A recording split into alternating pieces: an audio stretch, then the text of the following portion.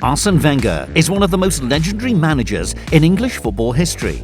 During 22 years at Arsenal, the Frenchman won 3 Premier League titles and a record 7 FA Cups.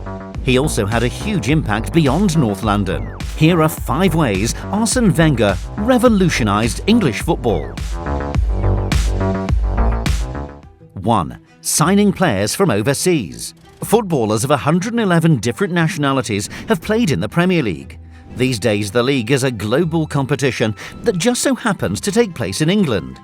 That wasn't the case in the mid-90s. The majority of players back then were from the UK or Ireland. There were a few high-profile foreigners like Eric Cantona at Manchester United, but there weren't many. Wenger arrived at Arsenal in 1996. His first squad was predominantly British. In goal, David Seaman. In defence, Tony Adams and Steve Bold. In midfield, Paul Merson and David Platt. Up front was Ian Wright and John Hartson.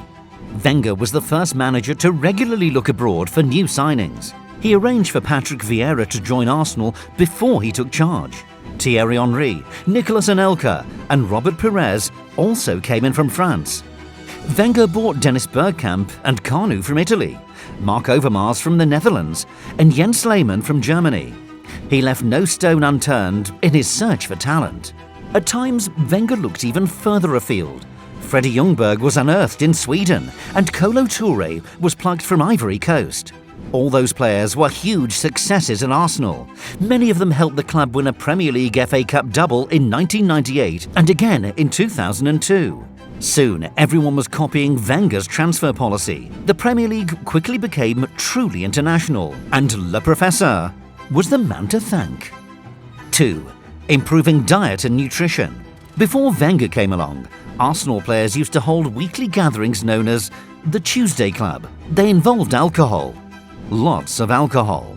Club captain Tony Adams was the organiser. He and his teammates drank astonishing amounts of beer, taking advantage of the fact they had Wednesdays off. At one meeting, Steve Bold ordered 35 pints for 5 people.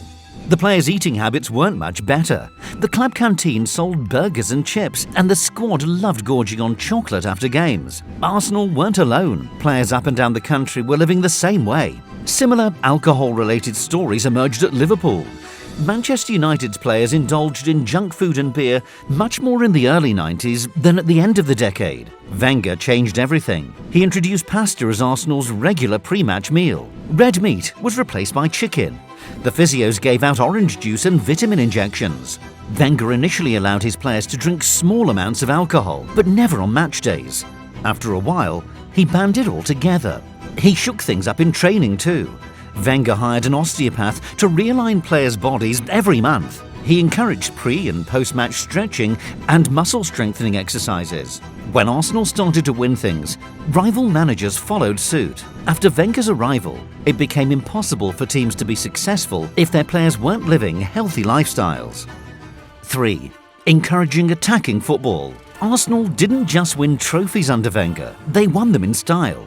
It was quite a change from the George Graham era. Graham was Arsenal boss for 9 years. He won 2 league titles and an FA Cup, but the football was defensive and cautious. Fans used to sing 1-0 to the Arsenal because the result was so common.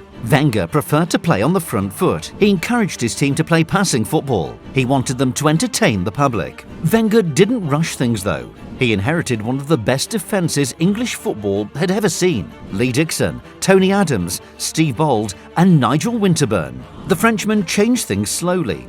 He kept faith with that back four early on. And Arsenal weren't just about pretty football. They could get physical if they needed to. Put it like this, would you mess with Adams, Patrick Vieira or Emmanuel Petit?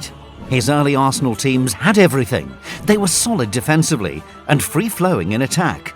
They had power, speed, technique and intelligence. Those qualities helped Arsenal win the 2003-04 Premier League title without losing a single game. The Invincibles are still celebrated to this day. Wenger wasn't alone in modernising the style of play seen in the Premier League, but he was more influential than most in helping England move on from long ball tactics. Some sides continue to play that way, but building from the back and passing through midfield became much more common after Wenger's appointment. 4. A focus on youth. Wenger was never afraid to give young players a chance. He put his faith in a 20-year-old Vieira right from the start. Nicolas Anelka arrived aged 17. Thierry Henry was 22 when Arsenal signed him. Robin van Persie was 21. Later on, he bought teenagers like Cesc Fabregas, Theo Walcott, Hector Bellerin and Alex Oxlade-Chamberlain. Wenger didn't want to just sign ready-made stars. That suited Arsenal perfectly. The club couldn't afford the kind of transfer fees paid by Manchester United and Chelsea under Roman Abramovich. Wenger loved to develop talent. If he gave him the raw materials, he'd produce an excellent first-team player more often than not. It wasn't unheard of for managers to promote youth before Wenger came along. Alex Ferguson, Wenger's greatest rival, brought through Ryan Giggs, David Beckham, Paul Scholes and Gary Neville at Manchester United. But no other top manager put as much emphasis on youth as Wenger. That policy boosted Arsenal's finances, and other chairmen looked on admiringly. Soon, clubs across the Premier League were following the Wenger model. 5. Opening the door to foreign managers.